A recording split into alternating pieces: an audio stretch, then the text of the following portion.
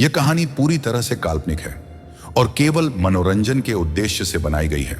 इसमें वर्णित स्थान, पात्र और घटनाएं वास्तविकता पर आधारित नहीं हैं। यदि किसी भी नाम, स्थान या घटना की समानता वास्तविक जीवन से होती है तो इसे मात्र एक संयोग माना जाएगा। राजवीर एक जांबाज फौजी था। देशभक्ति उसके खून में थी।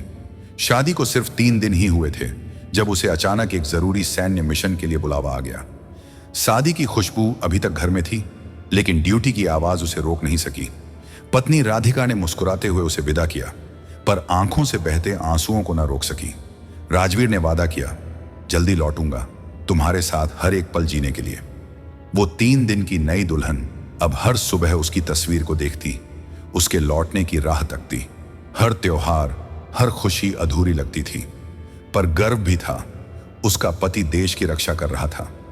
राधिका ने अकेलेपन से लड़ना सीखा, गांव के बच्चों को पढ़ाना शुरू किया। वो दूसरों के चेहरों पर मुस्कान लाकर खुद की तन्हाई मिटाने लगी। पर हर शाम जब सूरज ढलता, वो फिर से उसी खिड़की पर खड़ी होती, उस वर्दी वाले के इंतजार में जिससे उसने जीने का सपना बुना था। एक दिन दरवाजे पर दस्तक हुई। वो भाग कर गई। सामने राजवीर खड़ा था, थका हुआ मगर मुस्कुराता हुआ। राधिका की आंखों में खुशी के साथ आंसू भर आए। 3 दिन की शादी का इंतजार अब पूरे जीवन का साथ बनने वाला था। राजवीर घर तो लौट आया, पर युद्ध के जख्म सिर्फ शरीर पर नहीं, आत्मा पर भी थे। उसका हंसता चेहरा राधिका को सुकून देता था, लेकिन रात को जब वो नींद में चौंक कर उठता, तब राधिका समझ जाती युद्ध अभी भी उसके अंदर चल रहा है। राधिका ने बिना शिकायत किए उसका साथ निभाना शुरू किया। जब राजवीर चुप होता, वो उसकी पसंद की चाय बना लाती। जब वो अकेला बैठा होता, वो पास बैठकर सिर्फ उसका हाथ थाम लेती। शब्दों से ज्यादा उसकी खामोशी को समझने लगी थी।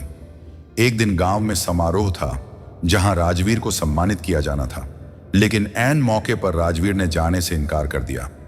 वो नहीं चाहता था कि उसकी बहादुरी का तमगा उन साथियों की याद दिलाए जो वापस नहीं आ पाए। राधिका ने धीरे से कहा, तुम्हारी वर्दी सिर्फ तुम्हारी नहीं, उन सब की है जिनके लिए तुम लड़े। जब तुम वहां खड़े होगे, वो सब भी खड़े होंगे तुम्हारे साथ।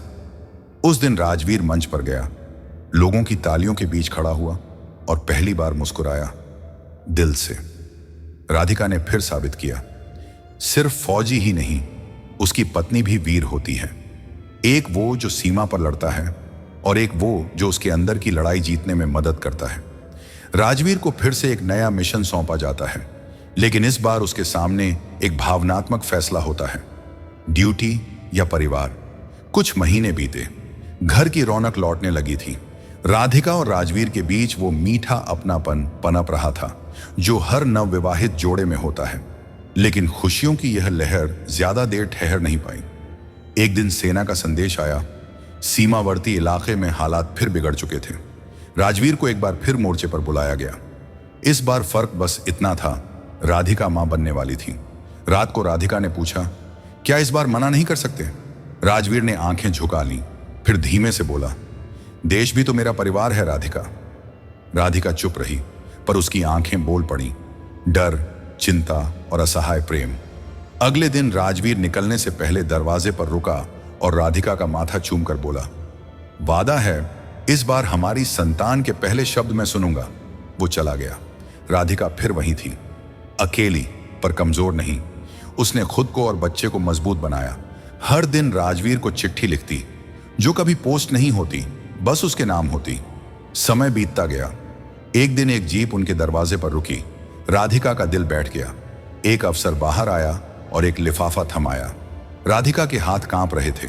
लिफाफे में एक चिट्ठी थी, राजवीर की। अगर तुम ये पढ़ रही हो तो शायद मैं लौट नहीं पाया, लेकिन मेरा प्यार तुम्हारे और हमारे बच्चे के साथ हमेशा रहेगा। राधिका जमीन पर बैठ गई, चिट्ठी सीने से लगाई और आंसुओं के बीच मुस्कुरा दी। तुम अपना वादा निभा न सके, पर मैं तुम्हारे हिस्से का जीवन भी जीऊंगी। राजवीर नहीं लौटा, पर राधिका ने उसकी विरासत को जन्म दिया। एक बेटा जो बड़ा होकर भी फौजी बना, अपनी मां की तरह अडिग और अपने पिता की तरह वीर। आपको ये वीडियो कैसा लगा कमेंट करें और चैनल को सब्सक्राइब करें ताकि अगला एपिसोड आप तक जरूर पहुंचे। धन्यवाद।